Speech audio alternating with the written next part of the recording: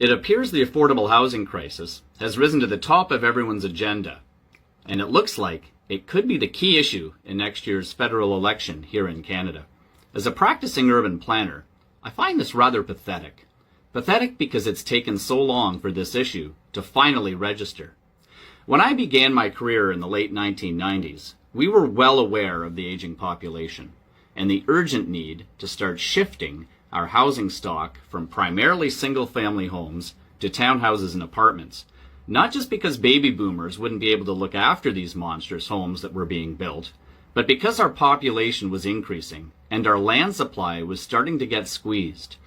So, when I began preparing community plans over 20 years ago, our objective was to hit the following targets for our housing unit type breakdown: 50% low density, that is single detached dwellings, 30% medium density, townhouses and row houses, and 20% high density, low to high-rise apartments. Some municipalities, primarily our medium to larger sized cities, are implementing these targets, but many towns and cities aren't.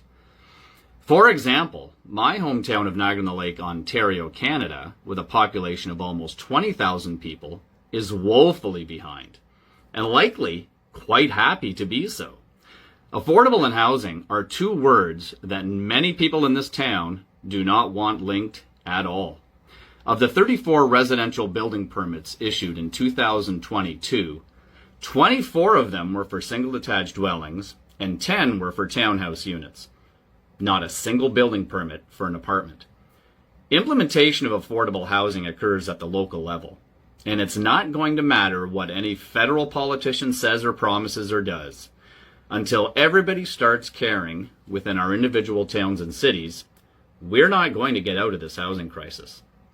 Follow me as I intend to expand upon this issue and use practical examples from my own experience to drive this point home.